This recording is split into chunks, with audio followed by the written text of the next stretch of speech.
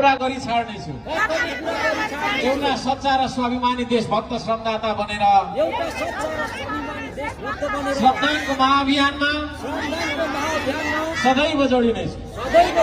प्रकृति, संस्कृति र प्रविधिको सन्तुलित विकासले मात्रै मानव संसार र जगतको रक्षा र उन्नति गर्न सकिन्छ। अनिवार्य श्रम र श्रमदानको नीतिले मात्रै अभाव र गरिबीको अन्त्य गरी उत्पादन र निर्माण गर्न सकिन्छ भन्ने दर्शन हर्कवादलाई आत्मसात गर्दै उच्च निष्ठा नैतिकता र देशभक्तिका साथ उत्पादन र निर्माणको श्रमको महाअभियानमा निस्वार्थ भावले लागिरहनेछु।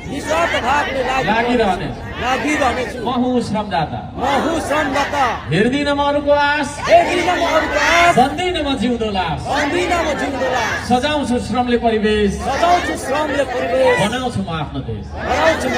हलोसरी जोतिन्छु म, मेरै देशको माटोमा आत्मनिर्भर बन्छु म, स्वाभिमानको बाटो। वास्ता गर्नु छैन मैले,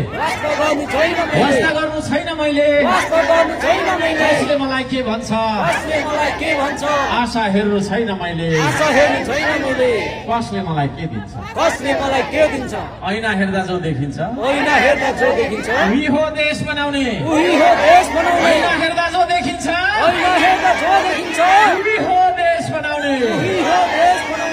आफ्नो देश बनाउनु छ, कसको आशा हेर्ने? म हुँ श्रमदाता। जय स्वाभिमान, जय श्रमदान, जय माटो, जय देश। धन्यवाद। यहाँ सबैजनालाई माटोलाई वचन दिनुभएकोमा हार्दिक धन्यवाद दिन चाहन्छु। र अब हामी एउटा श्रमको गीतमा नाच्ने हो। त्यस पछाडि म तपाईँहरू सबैसँग फोटो खिच्छु, सबैसँग। यो सबैसँग फोटो नखिची म धरान जाँदिनँ है। ल, रेडी हो? श्रम गरौँ नेपाल।